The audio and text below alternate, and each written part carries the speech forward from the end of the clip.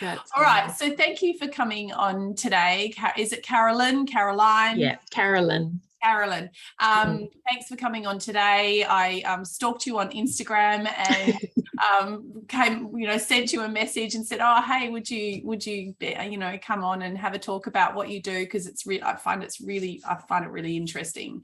So just if you could just give a little intro on how you got to, because I know that you were a podiatrist, and so where what led you to doing what you're doing now?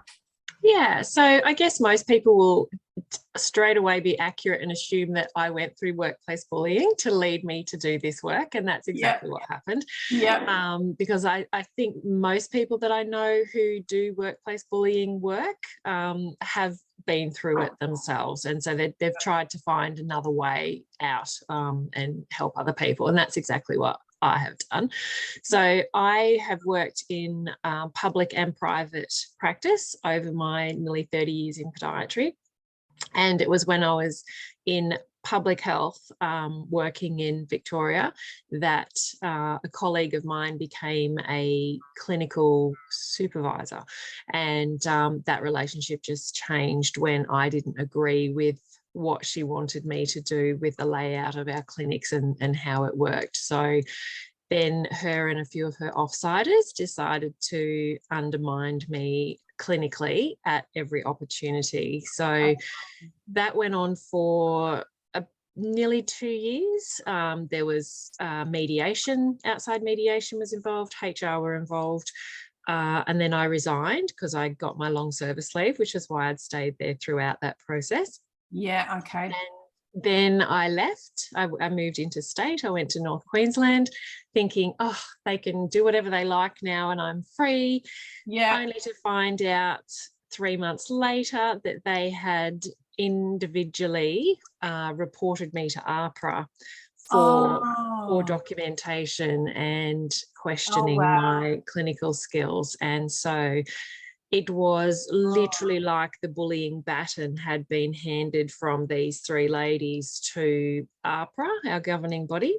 Yeah. And I went through that for another 2.5 years, I think it was, to the point where I ended up resigning altogether. I surrendered my registration, and I've been asked multiple times to be part of the class action that is against APRA and the way they deal with their clinicians.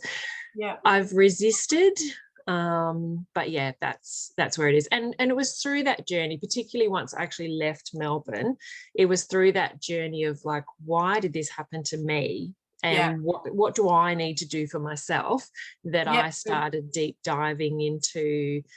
I can't tell you how many podcasts I listened to when I was walking, and books that I read, and YouTube videos. And then I went and did more therapy myself and learnt and became a rapid transformation therapist based on a therapist in the UK. Yeah. And then it was still a little while after that I did more research into the bullying part of things. And I tied them all in together, basically. So yeah. So I want to talk about the rapid transformation therapy maybe a little bit later, when we will probably get to that. What tools did you find that there was much support? Like, how did you you obviously got through a lot of it yourself, but was there anyone that you could sort of turn to in that situation for yourself, or you saw a gap in that support? Yeah, I had one or two friends who had been through workplace bullying, and ironically at the same workplace, in different departments. It was it still is, unfortunately, quite a toxic workplace. And one of them had said to me, "You're being bullied. This is workplace bullying." And I was like, "Oh, no. She's, she was someone who I used to have a coffee with occasionally outside of work." So I was like, no. Never having been bullied in my whole career, I really was blind to what was going on. And it probably wasn't till the second year that I started to go, yeah, okay, this isn't so good. And my friend at time had said to me, when she said, first, you're being bullied, and I denied it. She said to me, start documenting everything down. And 12 months later, she said to me, you didn't, did you? And I went, no, because I really didn't think it mattered. I didn't think it was anything to worry about. HR wouldn't never acknowledge it. My manager, after I resigned, said that she was on my side, my direct manager, and she said, I kept asking HR and talking to them that this is workplace bullying and you need to deal with this, and they wouldn't take it on board. So no, there was no help. And there was no one who actually put their hand up and said, this is the way to go about it. So are you part of a I can't think of the word, a union? Do you guys? No. Okay.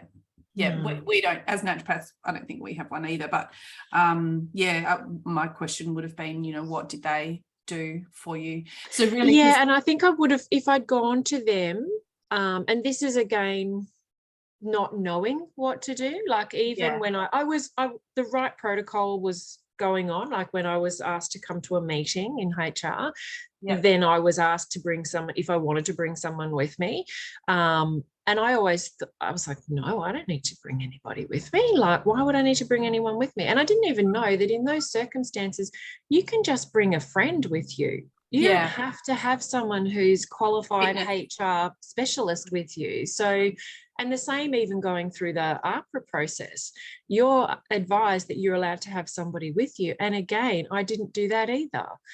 Thinking, I'll be okay. I don't need that support. Not realizing how valuable it is to have somebody with you who just on your side sitting next to you. So I was really ignorant to the whole process. So even too, it's another pair of ears and another pair of eyes, and you're in there, and I imagine it would be quite stressful, and you're sort of focused, I guess, on one thing. Someone else sitting there that's impartial, they may notice little things or pick up on other things that you potentially wouldn't, because you're sitting there, like a bunny in the spot in the headlights.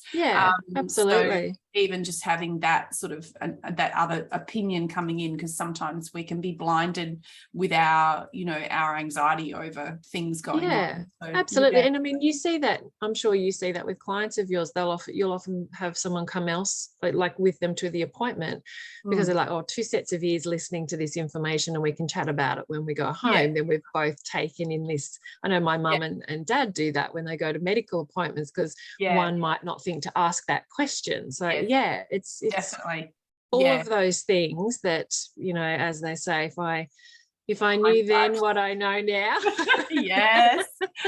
All right. So what sort of personalities do you think?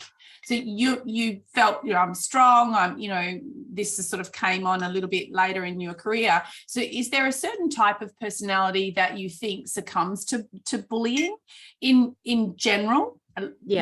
There's definitely a general theme around it, and it is people who have been victims of some sort of trauma in their younger life. Now, as we both know, trauma can be with a capital T or a little t, but it is typically people who have had something going on. Now, it could be anything from the way their parents behaved when they were younger and how they felt within their rank of siblings, to child abuse, to, sexual abuse and things like that. So, but there is definitely a theme there.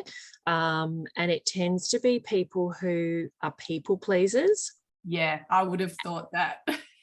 Which, again, I didn't know any of this until I started doing deep diving into this. Yeah. And when I first recognized that in myself, I was like, oh, that's such a nice trait. I'm a people pleaser. Well, of course, everybody loves me. All my patients loved me, not realizing what it actually meant and how you behave that way. And that is, I only have to start talking in a discovery call to a client about people pleasing, and there's silence on the other end, because you can hear this, oh my God, that's me. So there is definitely I don't want to say like that's a personality trait, but definitely there's a behavior that's there. And people who have lost their voice, and again, that does tend to be more women than men. And most of my clients are females. Yeah. And most of the people that bully them are females. Now, that's just a majority. There are definitely, I've got male clients and I've got several females who've been bullied by males, but it is definitely more female. So, yeah, people who have lost their voice and people pleasers are the two main traits in people who are what I call, I don't like to say victims of bullying, but they are definitely people who have a target on their head. Yeah, for sure. My experience, I've so many times I've been bullied in the workplace, but my most recent one, as I put up with it and put up with it and put up with it for so long, because I was a manager coming in to manage a team of people, and the lady that had been there for a long time sort of thought she should have got the job, and she probably should have, but she didn't have a qualification of a naturopath, so they couldn't give her the job. So she just under every and I just ignored it. I was like, whatever. But then it got to a stage where something happened, and it involved just sort of more me. And at that stage, I just spat it, and I just said, "This is enough. Is enough." And I stood up and I said, "This is bullshit. Basically, absolute bullshit." And she quit. So sometimes with the bullies, as soon as you stand up to them, and she was like, like all of a sudden became, someone that was just couldn't deal with it. And it's like, well, I had tried with her. I'd made her, assistant manager and, all this sort of stuff to try and get her to come on board. And she just was stuck in that. People just get stuck in that. And I think a lot of it is ego. Do you think so? With that lady with you, she got the promotion. And so she thought she was, maybe that was. Yeah, it is that. But it's also the fact that there's a lot of fear, and it doesn't happen straight away, and I don't expect it to happen in every case, but you do get to the point where you actually start to feel sorry for the person who's bullied you. Yeah. Because you realise that they're in a more messed up state than you are as the one with the target on your head. So so they tend to have a lot of fear around themselves, around their position. And so the girl that started it off with me, I was I don't know, 20 something years out of uni at that stage. The position that she was to take on, they had created that position assuming I would take it on, and I had said no. And then when she was given it, you were supposed to have 7 years experience post-grad, and she had 5 years experience post-grad. So that's not to say she wasn't a good podiatrist. I'm not saying that, but there was definitely a feeling of unease that I'm now the manager, but she's more experienced than me, and they then start to change their behavior because there's a lot of fear around their position. So then they start acting really irrational, and it comes out in a very defensive way that I've just got to fight every little battle and be aggressive in every little step. And it was ironic because her husband worked with us as well. And over the years prior to her becoming the clinical supervisor, a few of us used to smirk and go, gee, I don't know how he puts up with that. Because she would do it to him as well. Because, and so if he was late to a meeting, she'd be like, oh, so what have you been doing? He's like, well, I was at the other clinic. I just had to travel here. And we'd be like, So it's that fear factor, and it'll cross over in their personal life as well. So of course, has to. Yeah.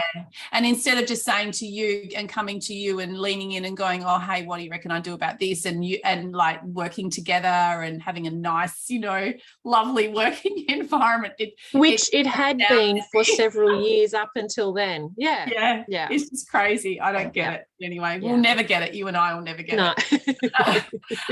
Okay. So, the stigmas around workplace bullying, you know, like we watched what happened in the parliament with, you know, that young lady, and that's all, you know, that's all come out with the, you know, all the sexual, all of the stuff that's happening with our supposed, you know, leaders of our country and the way that the bullying's happening there. And, you know, apparently they had no rules around that at all. There was no guidelines. It was just, oh, you just do what, you know.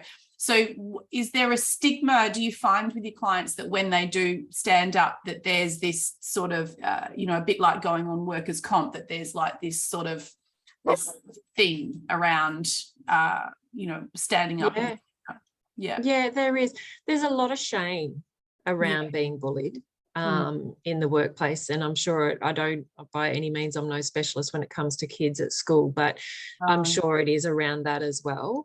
And I know for myself, I didn't tell many people what was going on, because I just could not believe the length of investigation that was going into me. When every past employer would put up their hand and say, we'll have you back in a heartbeat. It was just like, this is embarrassing. Like, how have I even got myself into this situation? And when I was being assessed at one point, I remember a patient, I asked her to come in early because I was having clinical assessment, which is standard protocol. This was when I was still in Melbourne working. And she was like, why are you being assessed? Like, you're more qualified than the others. And I said, oh, look, it's just part of the protocol, and that was fine. But when it got further and it went through APRA and it was being investigated, I was just mortified. So to come out and talk about that, there were a handful of people within my profession that I told what was going on.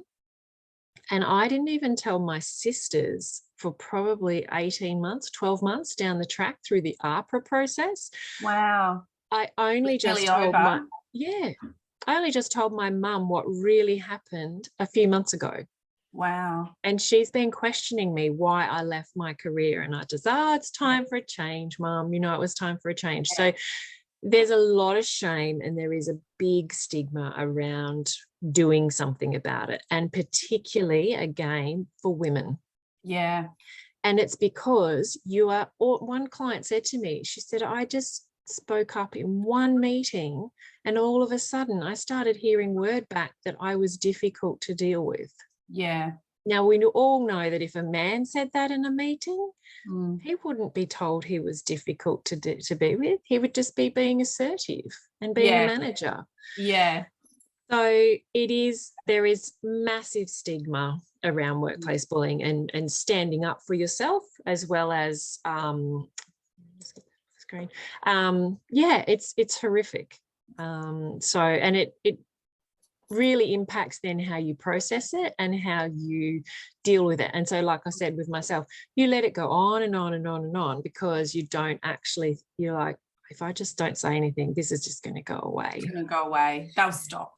Yeah. They don't. It just sort of ramps up, or it's, but you know, I always say that before there's any real change, there is always chaos, you know, and we will like, you know, we'll stay in that because it a lot of times it is easier, but something will happen to bring it bang, like in your face. You can't not do something about it now. It's so true. And you know, I liken it to an unhappy marriage, and I've had one of those. And I remember when I was too. Have you? Yeah. Yes. And I'm sure that you will agree, Raquel, that it is actually easier to stay in an unhappy marriage than it is to leave, especially if you put children in the mix. And businesses and properties and all of this, you know, and, you know, yes. And so you add that on top of a person who is a people pleaser and doesn't know how to cope with conflict and has issues from their childhood to avoid conflict, then you're going to delay that as much as you can. You're going to suck it up even more and try and people please your way out of it even more, which just digs you into more of a hole of misery. It is. And then even going through the process, because depending on your work situation and how closely you're working with other people, they're all then going to find out what's going on, which is going to make it even more difficult for you. And like I said, even sharing my own story with family. And when I had my article in the West Australian newspaper a few weeks ago. I'll have to look. Is it on, can I look at it online? Okay. Cool. Go on. Some of my family that live in Perth, they didn't even know what I'd gone through. And I hesitated about sharing it on my personal Facebook page, but I did. And I was surprised at the reaction. I actually thought, I mean, I didn't think people would come straight out and say, oh, you should have just stuck it out, because they might have thought that, but they weren't going to say that online to me in front of other people. But so many people implied that they had been through the same thing. And there was one comment from a friend of mine from school, who I'm not that close with these days, who just said, it's such a silent thing to go through because you don't share it with other people. And I was like, I hear you, and I know why, because it's just so difficult to talk about. And so in regard to the newspaper article, did that, how did they find out about you? They just, same as me, found you on Instagram and contacted you, or was that? No, I had been doing a little course on marketing and PR with the lovely Heidi Anderson in Perth. And she had a friend of hers who works for the West Australian come on to one of our talks, and so it was teaching us how to pitch ourselves. And so she chose myself and somebody else out of that group who pitched ourselves. But in our chats afterwards, when she was interviewing me for the article, there was she implied that she had been through workplace bullying herself, and so I think that was in her radar of interest to understand why and to help others to avoid going through it or going through the process herself. So I did notice in one of your posts that there are rules that you have when you're coaching people. So do you want to share like a little? I've got a few rules. So So first one is the one I didn't listen to, and that is document. And it doesn't mean that you're going to take these people to court by any means. Gaslighting occurs when you go through workplace bullying. And so when you document what you're going through, there's written evidence of the process. And so you document the date, the time, location, whether it was by phone or face-to-face. The other thing you document is who you spoke to straight afterwards. So if you walked out of that meeting or you got off that phone and you said to your colleague in the next office, oh my God, she just said da da da da da, then you document who you spoke to. Because if you ever do need someone to verify, you can go back to that, because trust me, you don't remember all the little details. No, you don't. You don't and they write all get them down. Mixed in with other ones, and I know from experience that the courts actually recognise diary entries. Exactly. If you're in court and you say, because unfortunately I've been there, with my last divorce, and they accept even you just saying I put it in my diary. And because it's your word against their word in the end. And if you haven't written it down and you don't have someone else that might be able to verify it. And the other thing to document down is how you felt. Now, you don't need to go into too many words, just a few basic words: upset, angry, frustrated, demoralized. Just a few basic words. That's all you need to do. So that's one documentation I nag on a little bit. The other thing is to not talk about it too much within the workplace. So give yourself a couple of people. It's interesting. Because it consumes your world. As as you know, as does divorce. And I just think it grows legs. Yeah. And it did in my case, because a lot of my close friends at work then knew what was going on by the second year that I was into this. And if I had my door open in between patients, someone would pop in, oh, how are things going, you know, and then you'd relay all the, you know, of the latest. And then the next person might pop in the next day, oh, how's it all going? Oh, and you know, and then they add their story into it as well. Oh, well, I heard this and this and this. So then it just gets worse and worse. You feel worse. It doesn't help the situation at all. Yeah. So I recommend 3 people that you talk to. Now, it might be that, I mean, I'm not saying that has to be your manager, but colleagues that you talk to, and a partner or parent or someone that you want to talk to outside of that. And having a plan.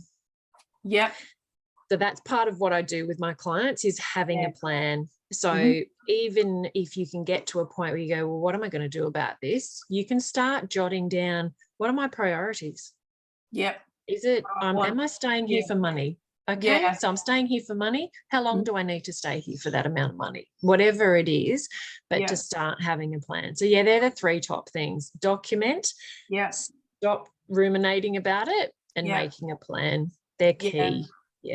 I really liked that, because I had read that about the 3 people. I really like that, because if you're living in it, dreaming it, you know, talking about it, writing, you know, all the rest, you're then in it all the time. Whereas if you have that little bit of relief in some area, and then like sort of like a bit like scheduling it, you know, like now's my time.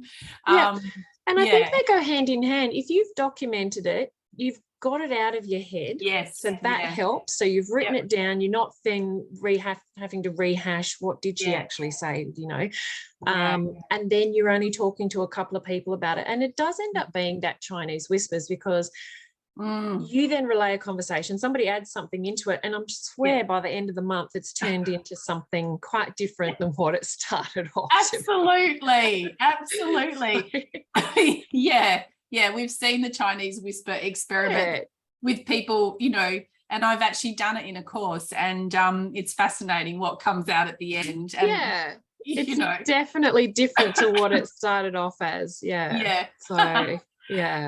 And so I guess the other one that I wanted to talk about is the red flags. So what are some of the things that are really a red flag for someone that's thinking, oh, am I being bullied? You know, like yourself, where you were, oh no, I'm not being bullied, and then what are some sort of real standouts? This is a really tricky one, because I think a lot of people who get bullied don't trust their intuition. And so they don't always pick up on those red flags. But it is certainly just even those initial inklings of feeling like you're being questioned and feeling like you're having a bad day. And that's, we all know the difference between having a busy day and having a bad emotional day. And if that's being repeated, the other part of that is how you're reacting physically. Because again, a lot of us who have been people pleasers will internalize a lot of how we feel, because we don't have our voice and we don't know the words to deal with basic conflict. So we suck it all in, hold it all in, and it will start to show up in some way. Now with me, it's often a cold sore. It could be the way you start eating, whether it's eating less, eating more sugary foods, as you would understand as a naturopath. If there's any physical change, if there's feeling sick in the stomach. I've had one client who actually was 38 years old and ended up having a stroke because she internalized the whole bullying process. Wow, that mind body, the connection is amazing. So if you... Is she okay? She is, thank goodness. But that was probably that bang, wake up call.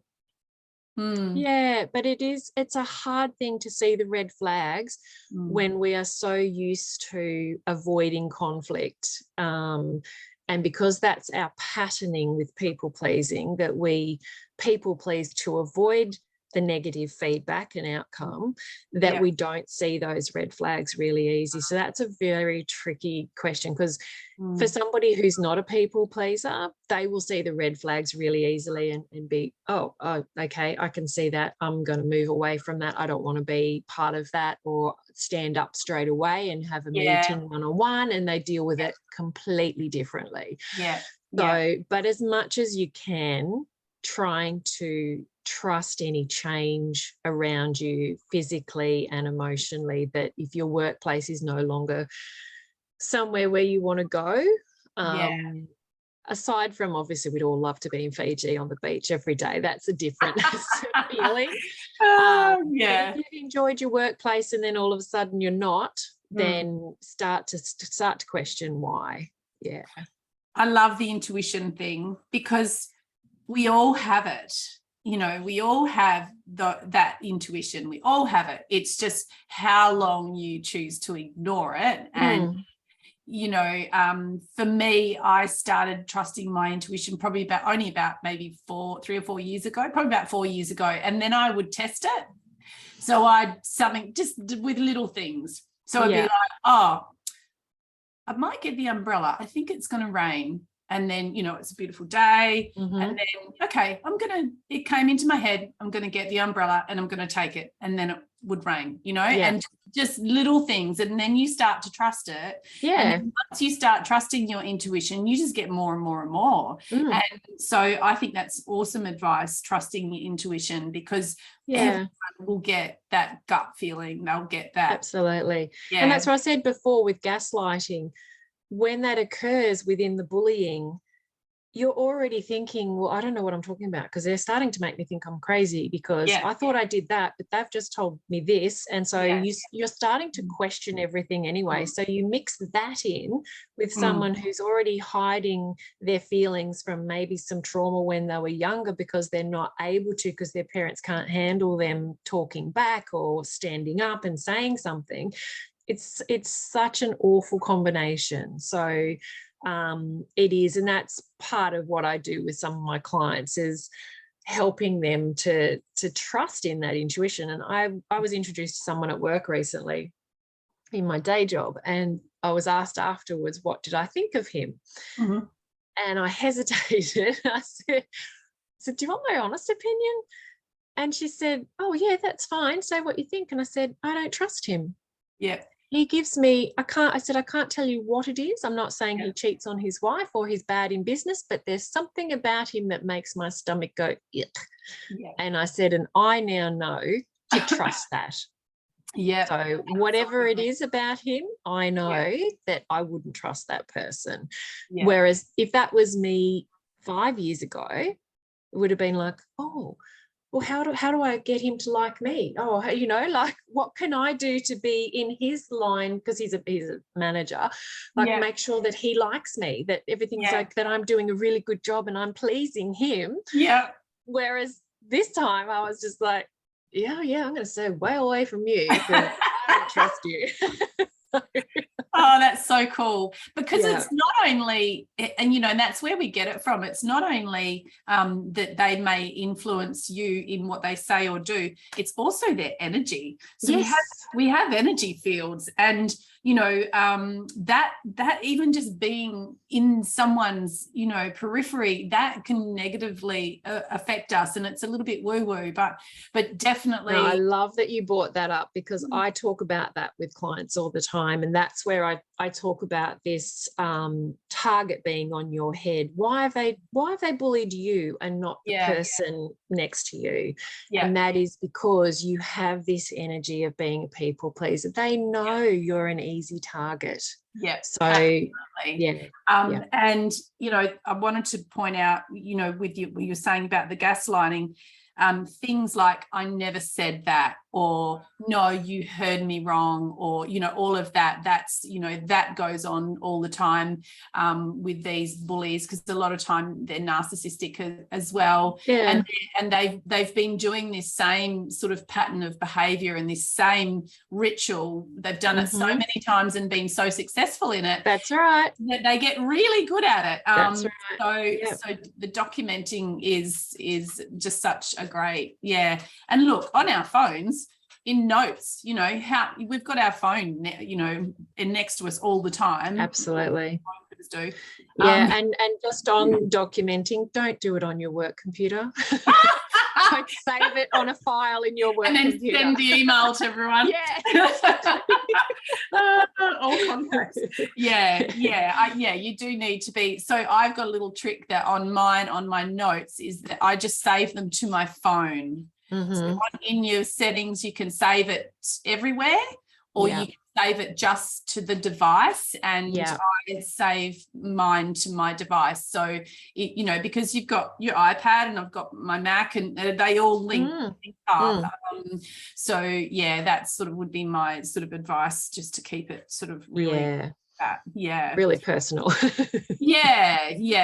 So and the last thing that we were coming to, my questions was how do people contact you? I noticed you've got a discovery call, and it's really easy to look you up online, and you've got an awesome website. So if you want to let everyone know how they can contact you. So my website is www.becomingbullyproof.com.au. And there is a discovery call that you can book, which is a 15-minute chat to just work out, because I have two types of client bookings. One is where I do kind of like a power hour or planning hour with clients, and they're for clients who maybe don't want to deep dive into hypnotherapy and find the root cause of why they're being bullied, but they just want some strategies. So there's a 1-hour strategy planning session.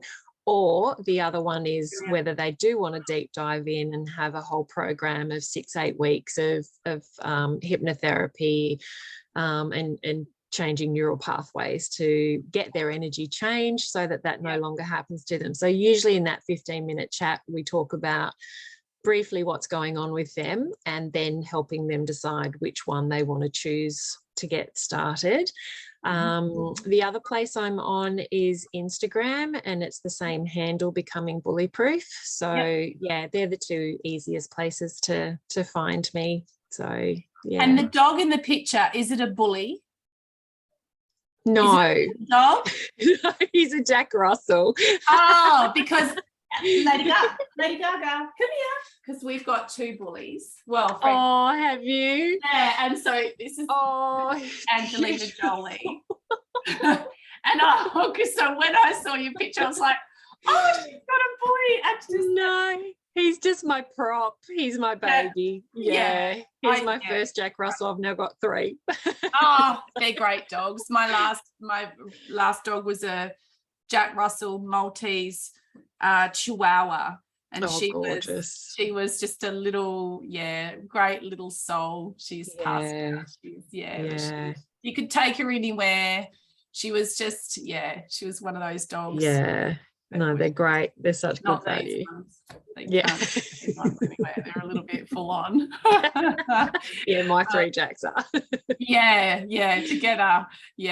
All right, so that's amazing. Thank you so much for coming on. And you're very welcome. And I think the other thing was the link to the newspaper article. I'll find that and I'll put it in the notes. I'll send it to you. The rapid transformation therapy. What is that? Tell us about that. It's primarily using hypnotherapy to deep dive into the root cause of why you. So the theme of my work is obviously trying to find out why my client is a target of bullying. Why? So we're asking the question in hypnosis is, why are you a target of bullying, and where have you lost your voice? So we'll go back to a couple of scenes from their past, and it's then finding out the root cause of where it's originated from, so that then we can work on it. So for example, if you're a 3-year-old and something occurred when you were 3. It might be that your dad was an alcoholic and he hit you because he was drunk, whatever it was. Then you can flip that around and say, well, you're an adult now. You don't need to live with your dad. You can walk away. You've got the money. You've got a car. You can get out of that circumstance. And we are stuck in our narrative from when we're little, usually under the age of 7. All of our negative belief patterns and positive ones have occurred. But we, like you were saying before, with that trusting your gut instinct, if the more we come across these little feelings as we go along, we then believe them even more and more. So it's unwinding those negative belief patterns, listening to a recording for 60 days after the session so that you are changing that patterning. And I use the word accumulative a lot with my clients because things don't change overnight. We're not at the hairdressers going from blonde to brunette and have this miraculous 3 hours later wear a different color. This is something that takes time, and it's amazing to have clarity within a session where you understand where your belief pattern has come from, but it doesn't then just automatically change. So I get clients who are 6 months down the track who will message me and go, oh my gosh, I just can't believe the things that come out of my mouth now. Like it's like I've just completely changed how I process and deal with situations. And you'll find even 12 months down the track and longer, because then they become your new default mode. So so it's changing those neural pathways, but the easiest way to tap into finding that root cause is through hypnotherapy when we're in our subconscious and in a really suggestible state for questioning. So oh, that's amazing. It is. I love that. It's really good. I was going to say to you, is it always under the 7 years that tends to be where primarily, because you've got to, and it makes sense when you think of a little person, they don't have the cognitive maturity to make sense of a situation. You know, my drunk daddy hit me. I'm obviously not worth being treated any better. And I don't want that to happen again. So I'm going to be a nice little girl so that daddy doesn't hit me, and I'm going to make sure that everybody's nice to me so I never have to experience that again. So it's really easy to understand where that narrative comes from and why it gets stuck in that place, because it is that trust muscle. It really doesn't take a lot to just dig that neural pathway deeper and deeper and deeper and get it ingrained. And if that's something that happened when you're 3 years old and you're coming in like I was in my late 40s when this happened, like that's a long time of behavior that you've practiced. So and that's why I say to clients, being at work where your income is potentially under threat, so it's not just easy to go, I'm getting bullied, I'm going to walk away. You're feeling intimidated, and then you're supposed to speak up for yourself. Like it's a shocking combination to try and then start finding your voice. So you've just got to start that with baby steps and just get better and better at it, and practice outside the workforce sometimes with friends and family, of saying no to something and getting stronger at that, and then being able to practice it and be more literate with it when you're at work. So love it. That's great. And I love the fact that you do that one session that would probably potentially people would start off with, and then then I'll go back and I'll do the rest of the thing because I've started here, and people can sort of then know that they've got someone that can support them through it. Some people might just need that one session, and But do you find most people then come back and do the rest of the sessions after the first? The ones that just do the 1 hour one, it's really interesting that they hesitate about the diving deep, because we all know that there's healing to be done. I don't think there's any of us that don't need healing, and we often hesitate because it's not always going to be easy. So it's funny, whenever you chat to someone, even during that hour, you can tell they're like, I know I need to go the next step, but I'm just And it takes a couple of months sometimes, and then Yeah. they start to see that what I've given them with some strategies and planning has worked. And then Yeah. they feel stronger in themselves and in a less stressed position at work to then go, okay, well, now I feel like I've got that energy to now do some work on myself and do the healing. The ones that just dive straight in typically are females. Males will tend to hesitate. Yeah. So, but yeah, the females, women that come in, and they'll usually go for the therapy side of things straight up rather than the strategy side of things. But again, that's where we're different, isn't it, with men and women? Men want to fix it and have that there, and have the strategy and know what to do in that situation. So it's quite interesting. So yeah, I get a lot of male clients, and I find once they've made the decision to get help, in my case, dietary, lifestyle, that sort of thing, they're really good because they've taken so long to get there. they've procrastinated, and then it's taken them so long, unlike women. And we go, oh, well, yeah, I'm going to do this, but then the kids get in the way, or work gets in the way, or something gets in the way. Men tend to be very much, right, I'm doing this now and I'm going to do it because they're ready. That's what I find, it's funny, isn't it? With my clients with health concerns, they will leave it a long time, whereas women be sort of a bit more. They'll do a little bit, but spread it out. Fall off and then get back on the wagon again, and then but so it's I think that it's amazing that you've got these really powerful tools that can literally not only get rid of the workplace bullying, but completely change someone's life. And I say to my clients, if I had this stuff when I, like I said at the beginning of this chat, it basically was 4.5, 5 years of my life. I've had clients one girl who was quite in sync with herself, and she had workplace bullying start, found me about a month later, went straight into having a session with me. And I said to her, you have just done in about 3 months what took me 5 years. And I love it that that's happened for her. Because I was like, this is what I needed 5 years ago. This is why I'm doing this. I didn't know what to do. I just thought that, okay, so what are my options? There's no workplace bullying psychologist that you go and talk to. There's grief counsellors and there's marriage counsellors, but there's no one that sits there and talks about that. And mediation, as much as I can see value in it, mediation are essentially working for the people above you. They're not necessarily working for you. And that's really tricky as well. So, so I just was like, no, we want someone to have help that's outside the workplace, that they can just go and get assistance straight away and not drag this out for years and years and years like I did. So, That's awesome. I love it. Thank you so much. I'm going to let you go now and have your Saturday. It's so beautiful outside. Thank you. Yeah, it's a great day. Thank you. So nice to chat. It was lovely. Thank you. And I'm sure a lot of people would have got a lot of value out of this, because it's and we'll have all your contact details, and good-o. Great. Thank you. Thanks. Thanks. Bye. Bye. Bye.